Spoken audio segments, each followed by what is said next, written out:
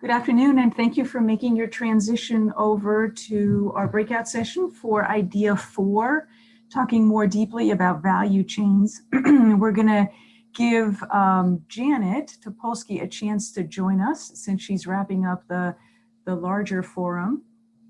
Molly, are you here? If you want to just unmute yourself. Inez, I am. Perfect, thank you. I'm monitoring the folks signing on. Oh, we have some real value chain experts joining us, Molly. This is going to be fun. Good, they can answer all our questions, Inez. Oh my God. There you go. I have many questions. There you are, Janet. Do you want to kick us off? Sure. I know people will be arriving, and that's terrific. Welcome to the breakout room for Idea 4, which is to strengthen regional industry value chains. We welcome Inez, we welcome Molly, and we welcome all of you. The way this will work is what we're really asking you to do is to, if you have a question or you want to speak or you want to be called on, just enter it in the chat box, okay? If you can put the question directly in the chat box, or you can put your name in the chat box and we'll unmute you or have you unmute yourself and call on you. Or, you know, depending on how many of us there are, you can wave in the camera and we'll call on you. And I know that Molly and Inez have a few things they may want to share first, but then we'll go to questions. So I'll turn it over to you, Molly and Inez. So what we thought we would do this afternoon was start off with a really moving video that Molly's team has put together, just to give everybody more context for the very short remarks that she made in the other session. Then we'll open it up for questions, and really then it's really your show. We'd love to have questions, and if depending on how many people end up joining us, a little bit of discussion. So Janet, are you in a place to go ahead and get the video started? I hope I am. All right, thank you. I think I'm sharing my screen now. Can you see it? Yes, we can see it. If maybe you could expand it there on the bottom right.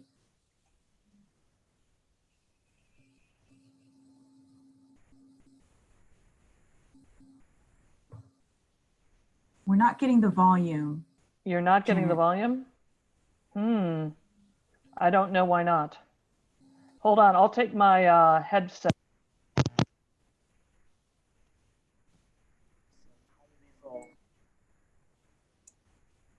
In the beginning of 2020, we were faced with the COVID-19 pandemic, which has altered our lives completely. Knowing that a highly contagious and highly lethal virus was spreading through our country, what we've been doing since January is a public health effort to flatten the curve. We realized if we could minimize its exposure between individuals, we'd be able to mitigate the effect of any one spike in cases in places like my emergency department, which could be overrun with people with this virus. I've been here in this country for almost 24 years, and I've never seen something like this in my life. Pues tal vez mis niños no completaron el curso de escuela, ¿no? Pero sabemos que no solo son ellos los afectados.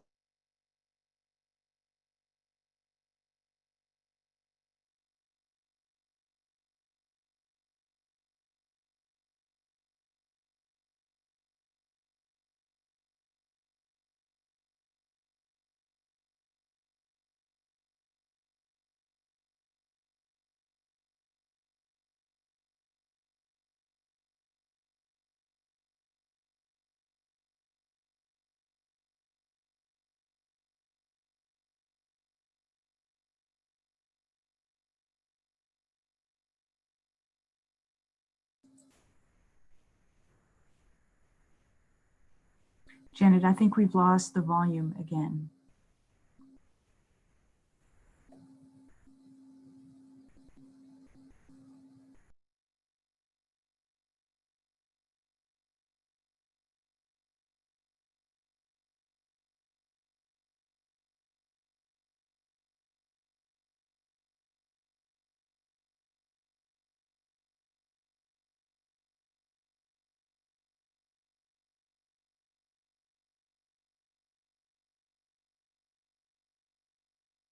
Have you lost the volume again? Did someone say the volume got lost?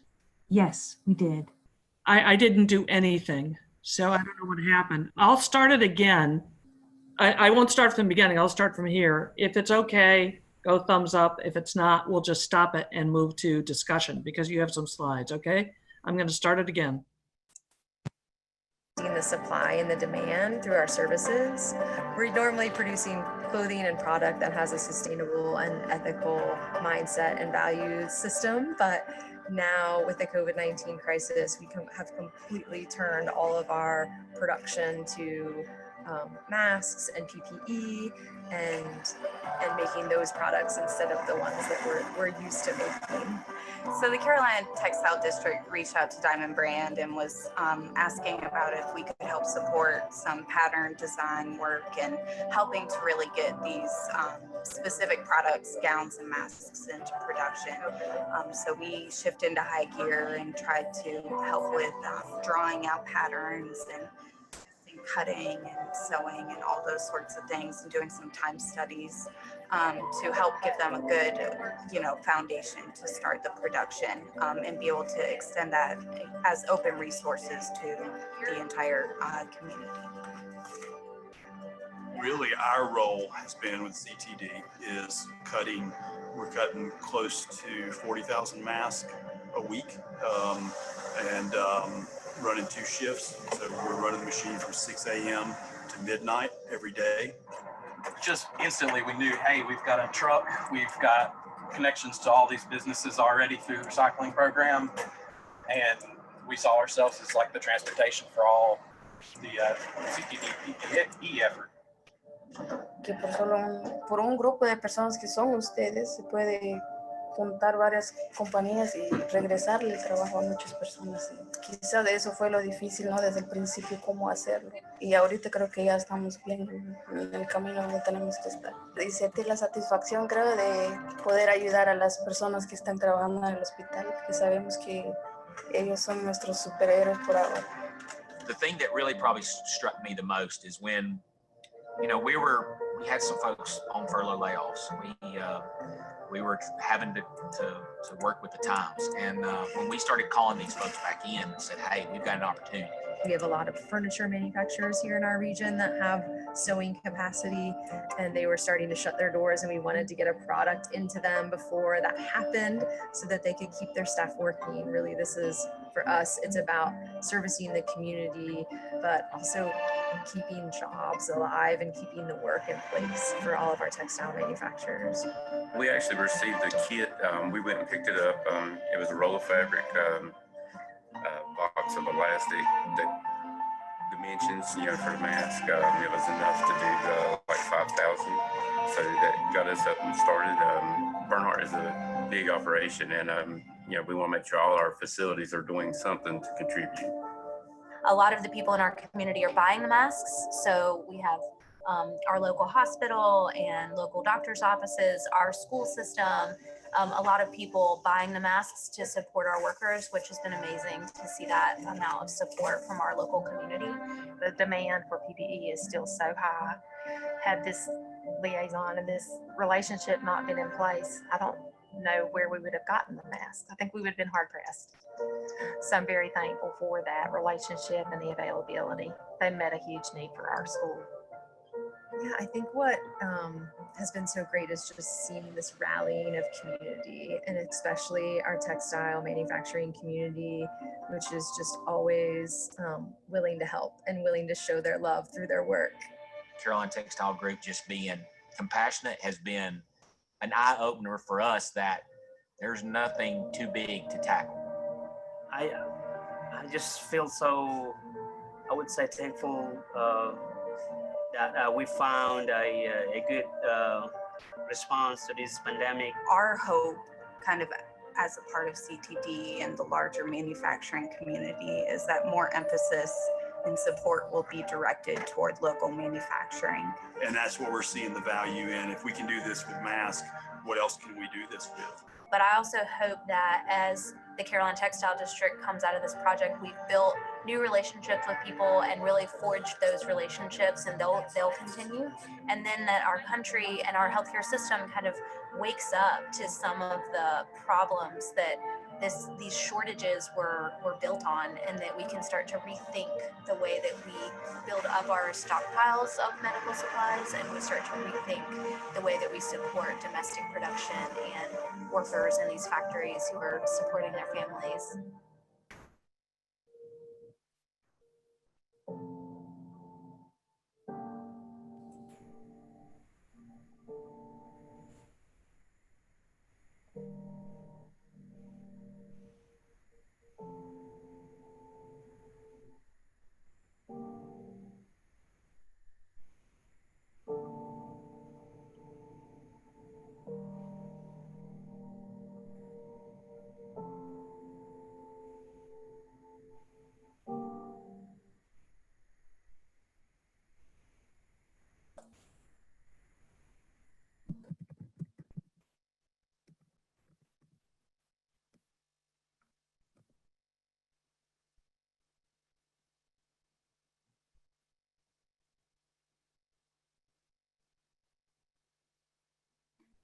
So as the video wraps up and we shift gears to our discussion, I think a really fun place to start, just looking at the folks that I happen to know who are part of this session. If you look at the bottom of your screen, you should see a little button that says reactions. And it would be fun if you are familiar with value chains. Keith and Alan, you drop off some gown fabric for them to start cutting. And Sorry, I stopped it. get here.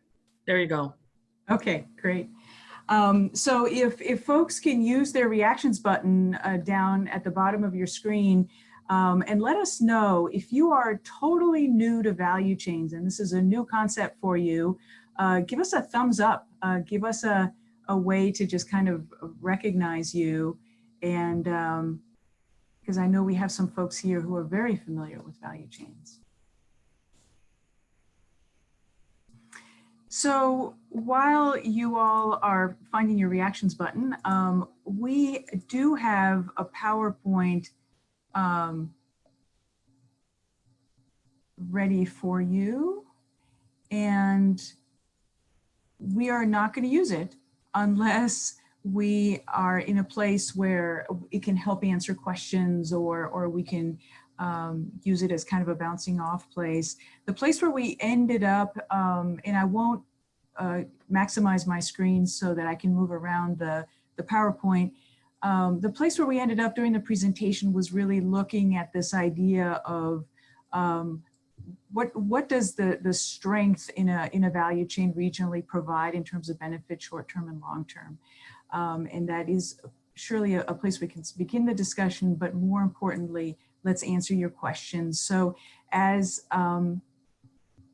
Janet had suggested earlier, please put your questions in the chat, wave at us, and we'll see if we can see you, or just put your name in the chat and that'll give us a sense to call on you. And I'm watching, I'm on it. Thank you, Janet. We'll give folks a second to type since.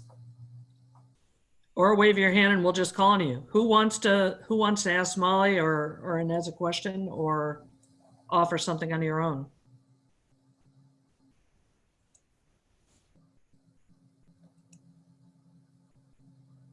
Okay, Melanie, Audette, to everyone, is there a role for local government and civic organizations in the value chain? Thanks, Melanie. Melanie, I'll start that one off, and then Molly, it'd be great to hear from you on this also, but we've built 2 different value chains. We started in 2011 building a biofuels value chain, which is a bit ironic if you look at where fuel prices are today. But it was actually the mayor in one community that really drove this at the local level, without whom we would have been, everything would have taken a whole lot longer. And so absolutely, the local government can be play a huge role in value chain development. Molly, did it impact your work when you first started out? Sure. So I would think about how, as we've talked about value chains in the very beginning of that, often you're bringing together these producers, but there are other allies that are helping you. One really important ally in our value chain and building out the infrastructure has been our economic development entity. But where we have seen the support of local government and even state government has been in buyers. Because often when you're producing in a value chain, there's a little bit more cost involved. And that has been the case here, where none of us were producing PPE, 6 weeks ago. This is not something that we knew that we were going to be doing. We were able to retool our value chain. And so because of that, there were a little bit more cost involved. That is the role then where philanthropy helped us bridge some of those costs.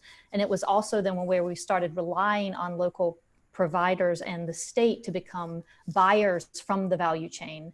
So the first big buyer from our value chain for PPE was our local school district. They bought 25,000 masks. They said, we're going to be ready for the fall for school to come in. Our hospital bought, and then our state started buying. So now we're able to start to replenish our local stockpiles. And we really applaud our state for doing that by not just going for the cheapest thing, but by saying we're going to rebuild our stockpiles with PPE. And we're also going to do it by supporting local manufacturers so that you're keeping people working safely. And then you're also solving this larger health crisis that we're all facing. So I think seeing them as supporters, but also seeing them as buyers of the value chain and users of the value chain, customers of the value chain is a really important way to start to see local government. And that's ours is done. I keep all our county commissioners. I have like a drop off for all our county commissioners to keep them masked up. Let me connect a few things here. And I want to say to everyone, some of us, in Aspen Community Strategies Group, we, as well as many other organizations, some represented here, have been involved in sort of this value chain concept as doing economic development differently. It's a different way of doing economic development, building communities and regions from the inside on the assets that you already have. So we have a couple questions that are related to that, because I know for a fact, Inez, that when you got started, and Molly, when you got started, it's not like there was anything there. You really built this from the ground up over time. So we have one question that is, let's see. Let me see how it got put. If a support organization or a hub organization wanted to walk into this work, what are the 3 things that would be most important to consider in order to be successful? And what are the most important partners to think about at the beginning? And I think that's from Nathan. I think from Connie Stewart has a similar question or a related question. Could you provide links to materials that could help build understanding from stakeholders for the steps necessary to create value chains? And that's another way of asking, where would you start and what could help people who want to start thinking about doing this kind of work? So I'm going to shamelessly plug wealthworks.org. And so it is a open source website, wealthworks.org. If you could type that into the chat, Janet, kindly, because I can't access it. That is really the brain trust, in my mind, of value chain work. And actually, Aspen Community Strategies Group played a huge role in getting that website up. And then all of us who were value chain coordinators have contributed to that over time. There are tools there, there are processes there, there are stories there are really great training videos about the different principles of value chain building and processes. So that's where I send everybody. It's free, download it, use it, make use of it. The last count I got, and I have a feeling that the good folks at NATO, especially Carrie Kissel, probably has a better number for me, but there were about 35 active value chains across the country that were built on some, if not all, of the same principles that we're talking about here. The place where I think of starting, and so we started the biofuels value chain, and then in 2016 we started a food value chain, really focused on building a food system in the Mid-South, using primarily Black-owned farms in the Delta, and lots of schools and restaurants who needed produce. And so in that work is the first step is really for the coordinator, and it could just be a group of people who gather, to really look at what are the assets in a community? What do we do that is unique? What do we have that is unique that we can build on? And then do the research to figure out, is there a quantifiable demand for that product or that service? I'll speak about this, and then I think we'll put the COVID lens on it. We've also been involved in tourism value chain building, because so many of our communities have beautiful assets to come and see. And then how do you build a large strategy around that? And I know there are a few people who joined us here in our breakout who have more experience in tourism value chains than I do, for sure.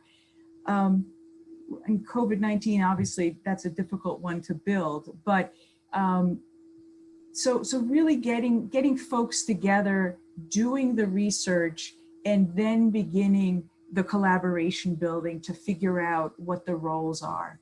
At some point, you're going to have to identify a coordinator, somebody who can keep holding the vision and keep pulling folks together, just like in Molly's story, her organization does. I might just add to that. So I think, again, like, what would those three things, I think exactly what Inez is saying, like, you need to understand your assets and what your cluster is. And then so many of those key folks and those relationships are, who are those people that are going to be doing the producing, and really understanding their deep self-interest of participating in the value chain. And so much of the self-interest of our small producers is that they have work, that they have training. We set up an industrial sewing program, training program. They have really good legal support. So one of their benefits, and ours really looks more like a cooperative. So we not only have shared governance, so they have true power and decision making, and who comes in, who comes out of that. We really kind of are a value chain that's governed as a cooperative. And then we even have patronage. So for those people that are now producing PPE, they get paid by the value chain, but then they will also get a patronage dividend based on how much they've produced in. So I think it's important to look at the real self-interest of what both that sector needs, and then what those individual producers need to lift them up to collectively be able to solve a much bigger problem than they could on their own. So we have a related question, or a segue question, from Wade Foth on what are the characteristics of the ideal value chain coordinator? So in other words, if one thing philanthropy should do is fund value chain coordinators, why? What do they need to be? What are you looking for in a value chain coordinator in order to make a value chain come together? So Wade, I think when you look at those, I'm going to say 35 value chains across the country, you're going to see very different players. And so saying that, they have to fit a certain box is probably not accurate. I think what served us well stepping into this role, and as Janet suggested, back in 2011, we had no idea what we were about to do. But the important thing was we understood the value of collaboration and understood how to facilitate getting people in a room and getting them to really think and plan together, so that it wasn't our show, but it was really the collaborative that moved this forward. So to me, that is a really key skill. I think the other benefit, and this is, again, this isn't the box that folks need to fit in, but we had the fortune of being a CDFI and being able to make microloans to those businesses who could fill the gap, or the farmers who needed some financing. And if you're not a CDFI, how do you bring a loan fund or another resource provider, into that collaboration from the very get-go? I think would be really important. So I recognize there's no one size fit all. A trade-off that seems to be inherent is, on the one hand, it's nice to have an entity that knows the industry, but a lot of times if you're too close to the industry, you're not seen as impartial. So as you've observed these different value chains, are there some lessons you've seen in bridging that balancing act? So Wade, our experience is actually contradicts that. And so we knew nothing about biofuel when the community college had just done a little bit of experimentation on a crop and says, hey, wouldn't this fit a value chain? And we went. So we learned a lot, right? And then when we stepped into food, we didn't know anything about food systems. I mean, I have a garden, I have a vegetable garden, and that was about the extent of it, right? And so what actually happened in our case was we were completely reliant on our partners for the know-how. And to me, it actually benefited us because we couldn't run the show because we didn't have the content knowledge. Now, I don't know, Molly, in your experience, were you a seamstress or were you an expert? So I think it's really interesting. I think we love, Inez and I love working together because often we have very different experiences, and I think that just lifts up the spirit of you really have to understand your community. So for me, I think the industry knowledge has been really important. So how I came to this was starting and running an employee-owned company that's complete cut and sew. And then I think it was out of that where we didn't want to be out there on our own. So we really desired to have other partners in the industry that we're pulling together. And that's where the funder who founded our value chain was our cut and sew plant, our economic development entity, and a research and development facility. And it was these three entities that came together. And so I think a lot of that is about, these issues of, can you not see from the outside? I think a lot of that's where you need really good governance, and you need good people coming to the table, and you need, as Inez was saying, good participatory models that help you really understand collective need, and not one person saying this is how it's going to be, because it is really about understanding the depth of the need and the self-interest of all these groups that can pull together forward. So I think Inez kind of brings one where they were willing and humble to learn, and I think we were willing to say, like, we have a lot of knowledge and we have a lot of perspective from the table, and we want to open the table to other leaders so that we can collectively kind of build a platform and decide what this value chain is going to be doing moving forward. And then just, I think, to be said that, not slightly, but you also need values. Like, this isn't just about making more stuff. It's about how you want to do this work differently. And I think as we think about this, as everything is, busting apart around us, the society, economy, I think this is really where we need to say, we want to strategically think about how we want to rebuild. And you can't do that on your own. You have to do that together. And I think that's where shared analysis of economic justice and racial justice and how you're going to build power in these, ultimately they can be very powerful. I mean, I look at the number of manufacturers we have working and the number of POs and the number of products that we're making. It can be a powerful force. And a lot of it's just how you're mitigating power and you're being inclusive about it. If I can throw in on this, I think a little bit, I mean, because we've looked at a lot of value chains in many different sectors. I mean, tourism sectors, whatever. And Melissa Levy's on the call, and you might want to ask her this question as well, because she's worked coaching a lot of value chains, especially in the Northeast. But you need a listener, a learner, a connector, and a systems builder who can be trusted, right? And so that's what you need. It's not the industry. The industry knowledge is like gravy.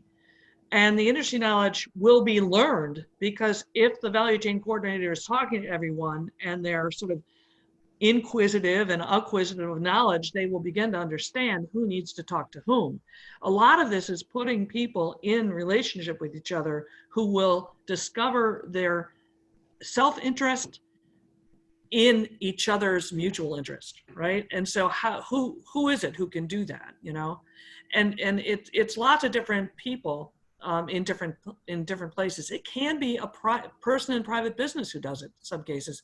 It can be a government person or a standard economic developer, or it could be just a nonprofit organization or regional hub.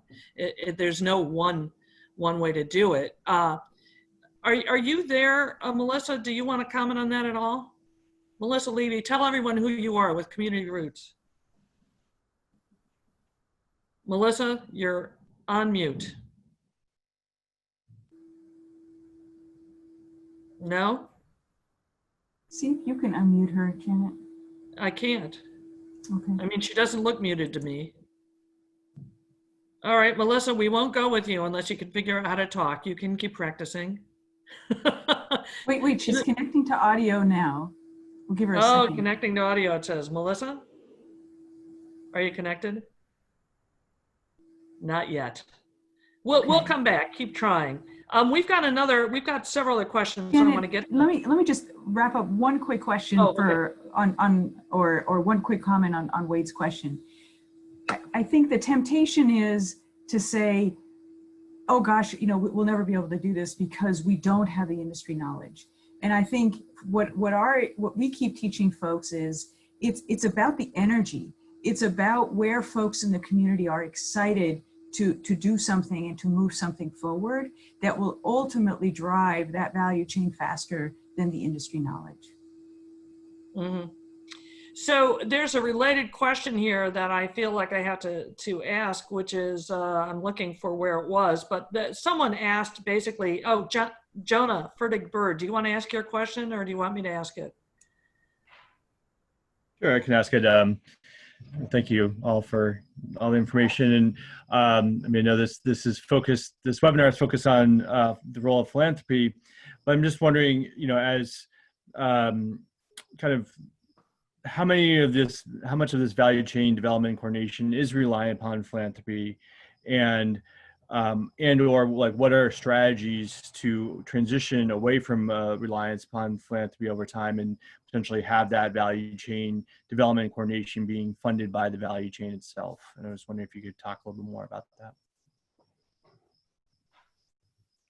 Molly, you're shaking your head. You want to jump in first? I'm happy to jump in there. I think because, just as kind of a segue from that conversation we were having about industry versus non-industry, I think that's great. I mean, and I think this is kind of business versus philanthropy that are often building these networks together. So we are a 501c3, but our value chains and the businesses that we start are set up as LLCs. So the expectation and the hope is that they do become sustainable on their own.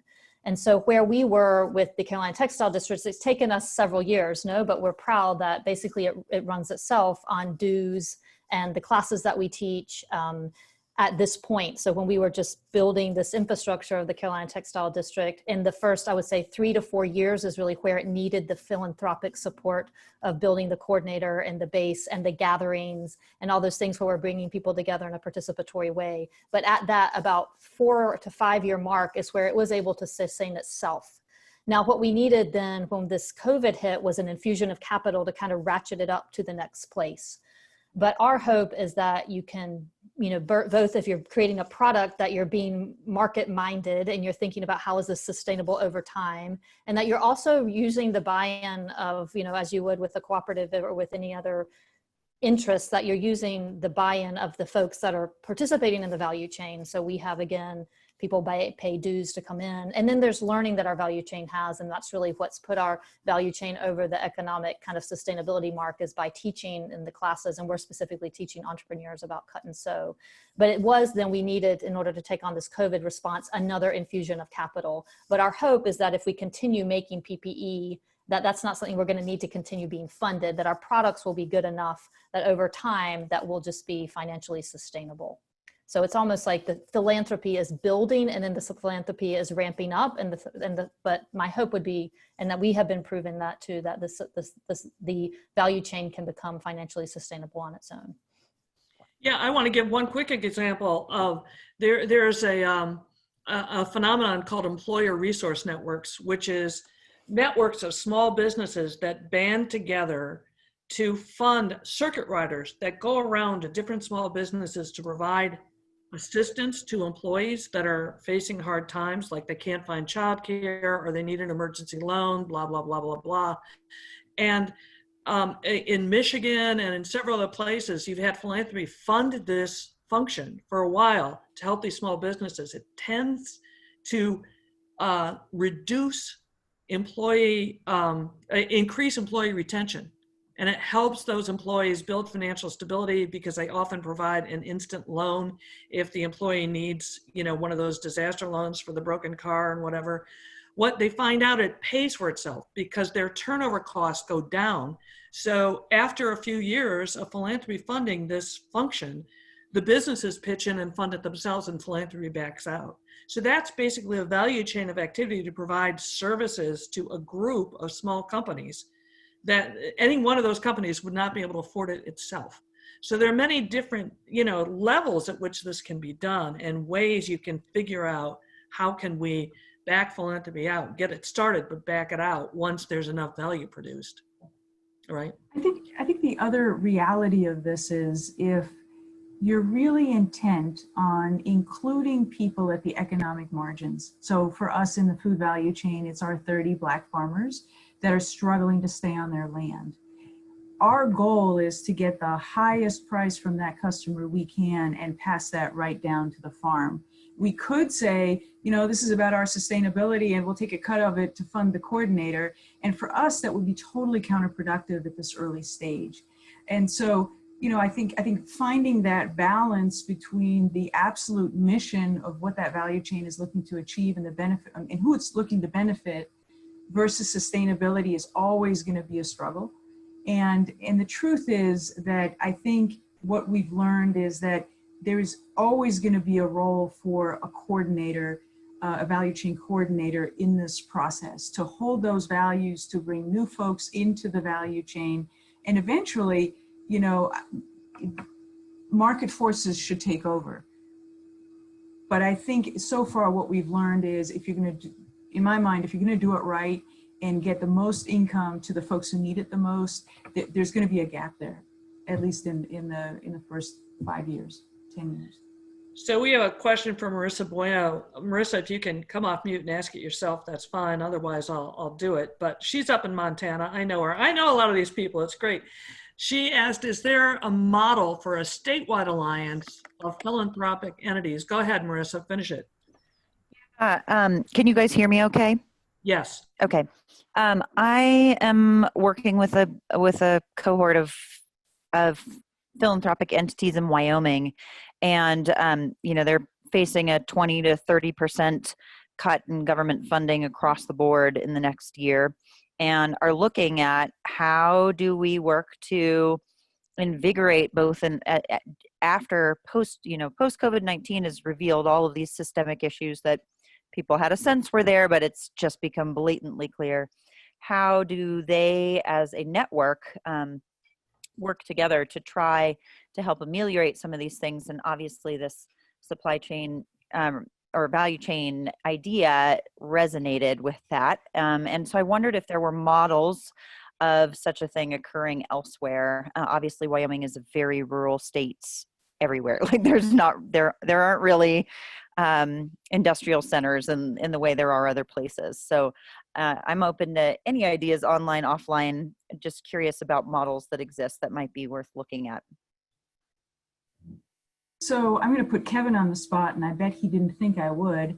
But the TLL Temple Foundation has been a real leader in Texas in terms of bringing together the Texas Rural Funders Collaborative.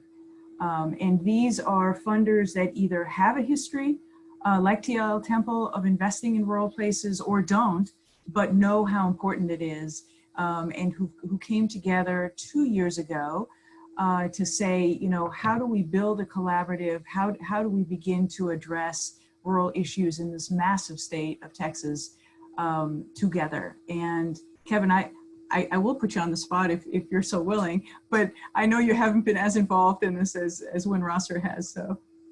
Yeah, absolutely. I really appreciate it, Inez. Thanks a lot. And so to that end, Win Rosser, our CEO, has been very involved in that over the last couple of years. For those of you who do not know, the TLL Temple Foundation is a family foundation here in East Texas. I apologize for my phone.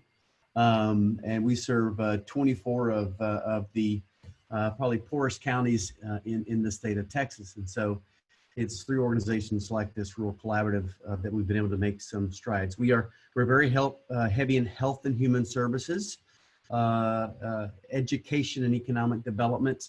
And so I would love to give you a large overview of what we've been doing, but I have a 4-month window being with the foundation. And so Inez, you probably know a little bit more about what Win and others have been doing there. But yeah, that's an overview of the foundation. don't have a real big portfolio of what we've done as I'm just learning our work here on the ground.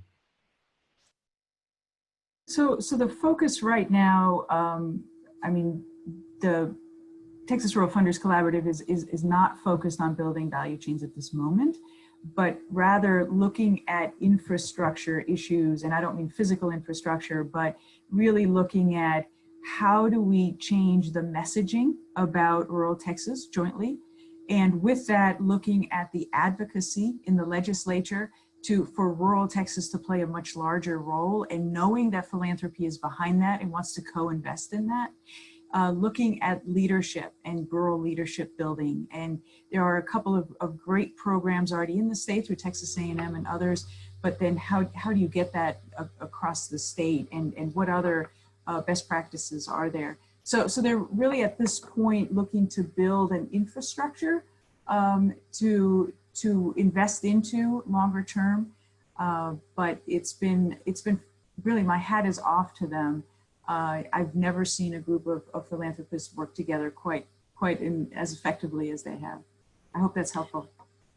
Yeah, I want to ask Alan McGregor, who's also here, if he would consider some of what the U.S. Endowment for Forestry and Community had done as a sort of collaborative that really worked on wood products or forestry and small plot black African-American owners. Would you consider that kind of sort of a collaborative, philanthropic collaborative, Alan?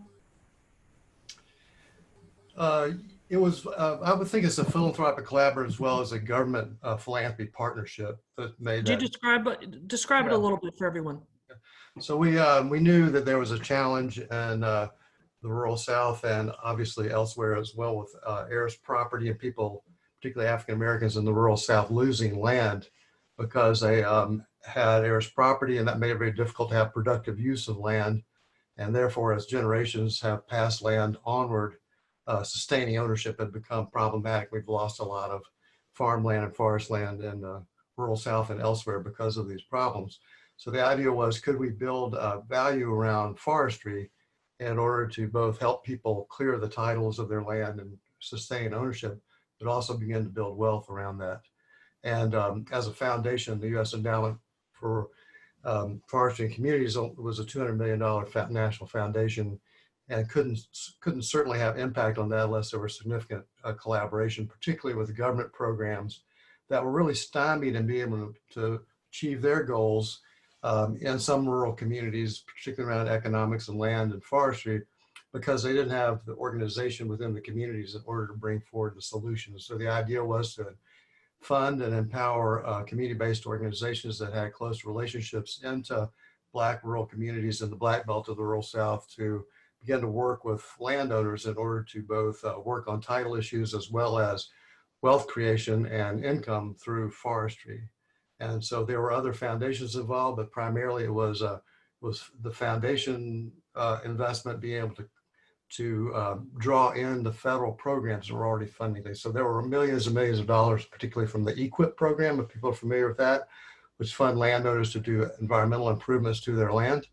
And that became a very invaluable resource, but it took the philanthropic investment and the community-based organizing in order to make that available to people and kind of put that together. Is that what you were looking for there, Jan? Yeah, I think that's great. And I want to point out that Margaret has put in the chat box, take a look at the Minnesota Western Cities Counties Cooperative. It's a co-op of 10 counties and 29 municipalities in rural West Central Minnesota to 1, purchase supplies in bulk, 2, share equipment, and 3, coordinate training. And she put in a link for a story. So I recommend you all look at that. Let's see, and I want to mention that Melissa Levy, whose audio was not working, said she did say the main thing I would add to the discussion of what it takes to be a value chain coordinator is the ability to build and maintain trust. Amen to that. That was me, amen to that. There's a constant need to make sure that all partners are getting what they need to continue to be engaged. As for philanthropic collaboration, I think the example of the Tillotson Fund and its collaboration with the USDA Rural Development around promoting value chains in the regional context. And I'll say this, up in New Hampshire, New Hampshire Charitable Foundation has a fund called the Neil and Louise Tillotson Fund, and they have actually funded coordinators to go in and start building value chains around different things. I mean, they've got one around like ATVs and all-terrain vehicle tourism, and one around this, that, and the other. And so Melissa Levy, who's here on this call, has worked with some of those, as has some other colleagues that we know. And so that's another example to examine what they've done. And I think the woman who actually did the staffing on that was on our main call. She might have broken out into a different room. Let's see. How about a question, well, related to trust from Melanie Audette again. How have you built trust and inspired that energy, and as mentioned, that is overcoming the scarcity mentality and conquering ego and competition issues, especially in the long term? Anyone want to give us the formula for that? So the easy formula, Melanie. Might save our country if we figure it out. Exactly. So it takes a minute. And I want to go back to something that Molly said early on, which is one of the first things that we do once the first set of partners are at the table. And again, a value chain really grows over time. It's never a static group of people. You're always looking for other resources to bring in. But that first group, we literally sat them around the table and we did a self-interest analysis, and we documented it. And the value chain coordinator keeps it in the back of their mind. And the example that I always give is one of the universities was that we really needed we needed their content expertise and their research capabilities. They just needed research dollars. So the next opportunity to write a grant that presented itself, we worked very closely with them on that, and basically the whole collaborative supported that grant, and they secured it for like $400,000. And so they were pretty sure that as a small, university here in Arkansas, they really didn't have a shot at national money. But because it was such a unique model and there were so many different entities supporting them, I think we got the attention of USDA. And so really knowing how to pull in folks around their self-interest begins to create that, wait, okay, so there's something in it for me. This is something that I want to invest in. And then we just keep talking about trust. And I completely agree. I would just add, so I think it's talking about trust and sharing what trust is. I think it's financial transparency, because often you have this 501c3 and you're dealing with folks on the margins, and how is this person that maybe is making a lot more than these folks that are struggling in their businesses? And so I think it is about this facilitative leadership. It's about building true decision-making power within the value chain, where they do have true decision-making power that sometimes might even go against sometimes what the coordinator role has. So it's where you're building true decision-making. I think it's financial transparency and lifting all of those decisions up. And I think it's also about commitment of time. So it's very important, I think, that these value chains don't just become small projects over 6 months. It's really about, if we're thinking about organizational transformation, if we're thinking about transformation within an industry or transformation within an economy, or undoing a lot of the economic injustices that have happened, that's not necessarily just an 18-month plan. That's where it needs to start, but it really needs to be a long-term commitment to communities. And I think that's where trust happens, is when you have those small decisions and those small amounts of transparency and true leadership and true facilitative ownership that's given to people and decisions that's done over amount of time. And I think, again, that was one thing I wanted to bring up as we were talking about our experience. It was really like 7 years of organizing that got us where within 47 days we could bring all of these workers together. And that was based on a lot of conversations and a lot of coming together and a lot of gatherings and a lot of visits and a lot of meeting people where they were. I think go ahead, Inez. For us in the South, building trust across race is really important. Obviously a really salient issue at the moment, and we wanted to get Black-owned farms involved in planting this energy crop right from the get-go. And so what we did was, with the resources that we had, we actually hired a technical assistance provider who was well respected and well known in the Black community in the Delta to basically work with us and be at the table with us and engage the farmers and teach them how to do this, to just help us bridge that gap. And that was very intentional because we wanted those folks at the table with us. And if it was just us inviting and one or two people showed up, that wasn't going to get us to where we wanted to be as a value chain. So sometimes you have to be really strategic about that trust building as well.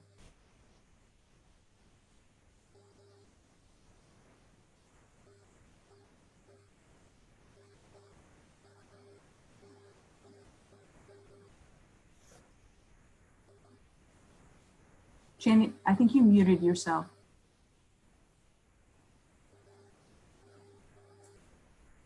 Janet, you're still muted. Sorry, did everyone get lost there for a minute?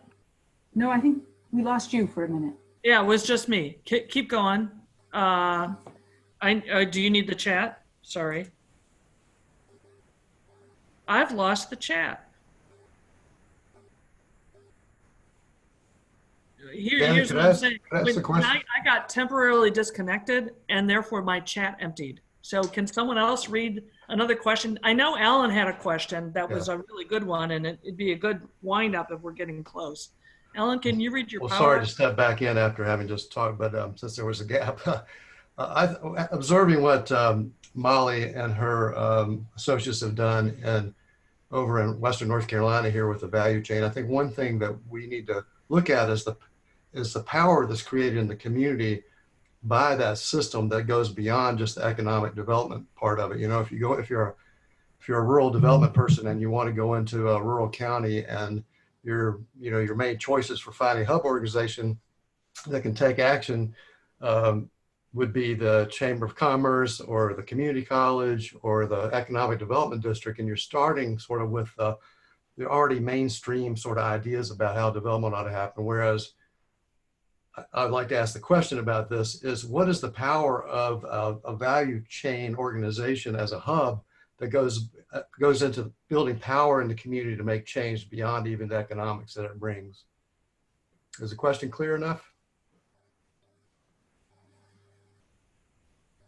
So in other words, you're dealing, I know at least in this case, we're dealing with, we started with opportunity threads that had immigrant worker owners as a starting base. And those people seem to be gaining power in the community through this work. Molly, what would you say? Opportunity Threads for everyone here was a precursor to the industrial district industrial commons, I'm sorry. So kind of Molly, our theory of change is you organize workers, and those workers hopefully can potentially own their own businesses over time, and those businesses can band together to come into value chains where they can then have more power in industries. And so I think, again, kind of going back to that being big by being small together, which is also, I think, a way to kind of mitigate the ego question going back on, is you really kind of understand that you truly need each other. And I think that was one thing as Inez and I were planning this call, is not seeing value change as this kind of alternative economic kind of model out there, but actually really seeing it as maybe our chance for survival. And so I think as we, I think about who's making masks for my children to go back to school, it's going to be this network of producers.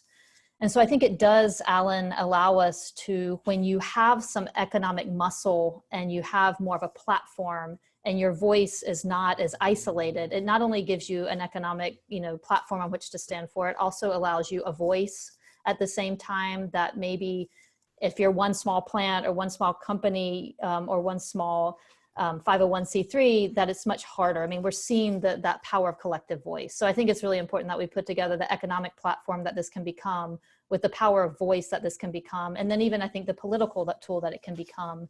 But we have also really make a point not to alienate our traditional allies. I think we've been, as we know, and I think rural people are really good at, to finding these kind of problematic allies often that are maybe more in tradition. And we see that a lot in kind of the old school manufacturing. And that was part of the reason we wanted to do that video, is like, these are old school furniture manufacturers and they're all banding together to say, oh my gosh, we're better off when we're together.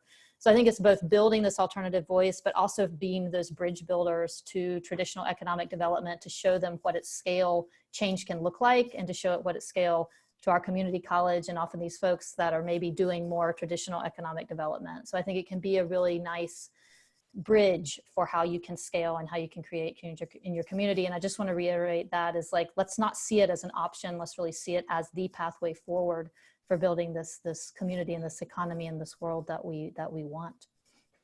And just to add, Molly, I think what it did in our two examples is it shifted mindsets. It shifted mindsets from the, the jobs need to come from the outside and we just need to attract an industry in to, no, wait a minute. There's actually a lot of entrepreneurs here that just have never had an opportunity, have never had the resources to start something. And so I'll do a quick fast forward. As you might imagine, the biofuels value chain is really struggling to compete at, $1.49 gas prices. But the community that this has built, they're doing relaunch events. And they engage a chamber that really was quite skeptical of our work to begin with. To actually, instead of having a grand opening, they're doing these relaunch events online to highlight their local entrepreneurs and how people need to support them in their community. I don't think any of that would have happened if it hadn't been for the value chain, just, plodding away at that mindset shift over many years. Yeah, I think it's fair to say that once people start doing stuff together, and some of it may work and some of it may not, but if something has worked, they're more likely to do something else together, right? And when they realize the power of doing something together internally, they begin to advocate together for each other. So there's a big piece of that too. I want to call attention to the fact that it's 4 o'clock. We've had a nice couple hours. Oh, Connie Stewart says she's jealous because gas is still $4 in rural California. You could go down where Inez is, she'd welcome you. Connie had some other questions about what things cost, but in order to really, to managing expectations, how much time and effort does it take to do this? But Connie, I think you know how to find Inez and Molly, and they'll be happy to answer your questions. I want to thank you all for making this a really interesting hour. I hope some of you, Connie figured out how to use her approval, what did you call those? The reaction button. And now she's clapping. So thank you all. I really want to thank especially Inez and Molly for sharing everything they have, and all the rest of you have done such good work. We'll look forward to another exchange sometime soon. Thank you all. Thanks for all the great questions. It's been great fun. Thank you all for all your wonderful work. Bye. Bye.